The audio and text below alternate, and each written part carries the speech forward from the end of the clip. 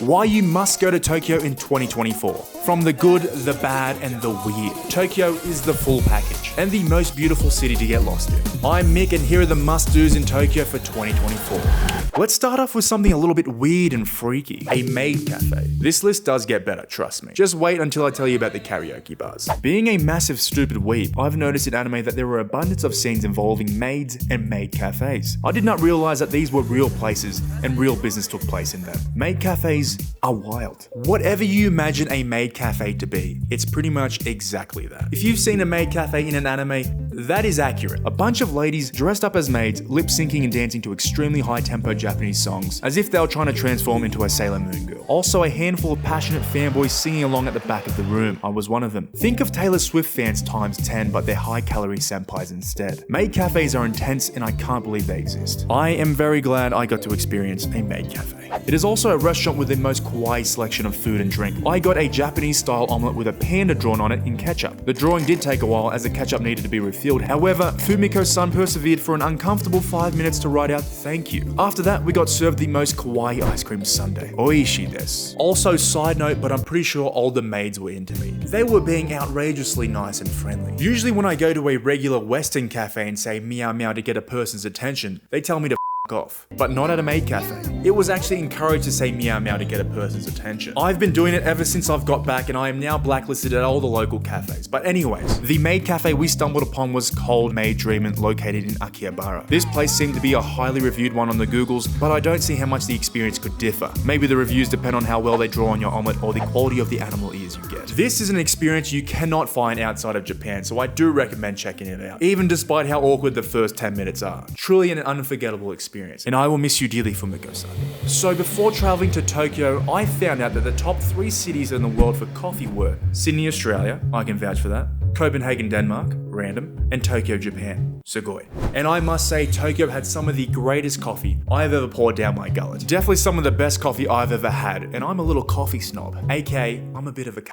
I get cranky if I don't get a good cuppa in the morning, and I will yell at any teenage barista working a minimum wage job if they serve me a shit cup of coffee. Thankfully, in Tokyo, I did not yell at a single barista. I'm a good guy. That's how good the coffee was. Also, it's not just the coffee, but the cafes themselves were brilliant and had amazing food. Quite similar to how the cafes are run in Australia. I got another omelette at this place and check this video out. The design of this bloody place. You have to go to a labyrinth to use the dunny. Ain't no better experience than getting lost on your way to the toilet in a cafe. Fantastic. The awesome thing about cafes in Japan is that there are so many of them, with each place putting in such care and time into a single coffee. That's the beauty of Nihon. Check out this cute little cake. I've seen this exact cake in about 10 different anime episodes. On the topic of food, ramen. Do you like ramen? Well, you will if/when you go to Japan. Funnily enough, Japan is known for having good ramen. Who would have guessed? This one place in particular called Ichiran Ramen was bloody good. There can be a bit of a wait for the place as it seems incredibly popular, but you can just walk around Shinjuku area and come back to almost no line. And Shinjuku is just a great place to get lost in. Sugoi desu. But when you eventually get into the restaurant, you'll have to do a little ramen quiz. And then you get seated in a contained dining spot with a little wooden curtain. After that, a ramen chef pops out, throwing Japanese words at you in such speed you'll realize 2 years of high school Japanese was a waste of father's money. Ramen senpai will then promptly place an egg in front of you and disappear into the night. But with that egg also comes with a little card with English words on it for dumb foreigners. On that card it says from memory something like this: "We love eggs. If this egg is shit and doesn't peel perfectly like a banana, ask for a new egg. But I doubt you'll ask for a new egg because our eggs are the f***ing bomb."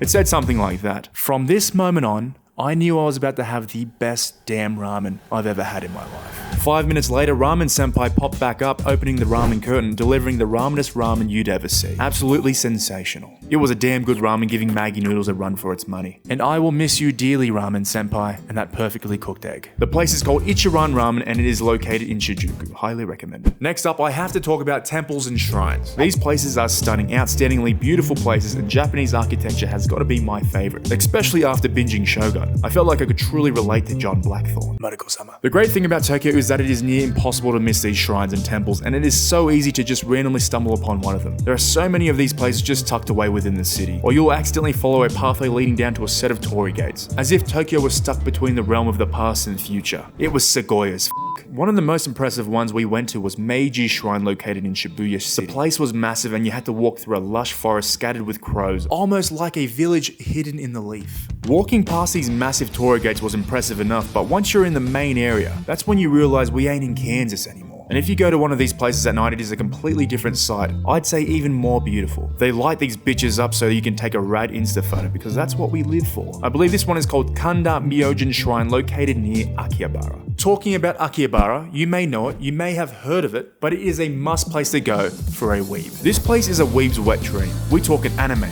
games, and anime. Also the perfect spot to shop for gifts and souvenirs for your stupid friends. Want to buy 10 Nintendo 64s? You can do that in Akihabara. Or would you rather spend 100 grand on a Blue Eyes White Dragon? Well, you can do that as well. You silly little trust fund weeb, why would you do that? Or maybe you're a bit of a freak and you want to check out a tower of hentai manga. You can for sure do that. My wife took this photo. Also, the floors were sticky. Just make sure if you go to a manga store, don't ask where the English manga is. They do not like that. And make sure you don't double down from embarrassment and say, Western comics are way better anyways. They definitely don't like that. My point is, they have it all in Akihabara. Be prepared to spend a lot of yen. However, if you want more of a chilled, scaled-down experience of Akihabara, definitely check out Harajuku, another very weeby place that I actually enjoyed more than Akihabara. It's one long street filled with anime shopping areas, gacha places, and good food. And while you're on your way there, you may encounter some cool street performers. I don't know what you're saying. There's also a pig cafe located in the middle of Harajuku if that's what you're keen on. On the topic of animal cafes, we did check out the Hedgehog Cafe. Wouldn't personally recommend it, they tasted like shit, but seriously, it was an okay experience. Wouldn't really recommend an animal cafe.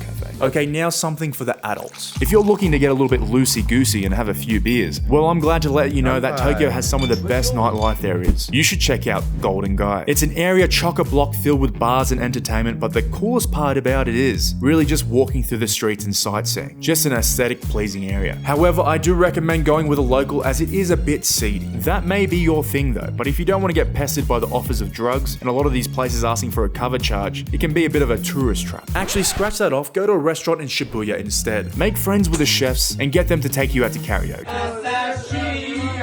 This was easily the coolest experience in Tokyo. We got pretty lit and made tomodachis with some locals after eating at their restaurant, which had some of the best food I had on the trip. We annoyed the out of the chefs until they agreed to come karaoke with us, and they promised they would after their shift. We waited an hour, slammed a couple of shots with another Japanese local, went towards karaoke town, and these legends made good on their promise. It was party time. They asked me if I liked anime and I said, anime ga daisuki desu. Impressing every Japanese native within hearing distance. I swear. And then he belted out some cha-la, head cha-la, as if he were the Hironobu Kageyama.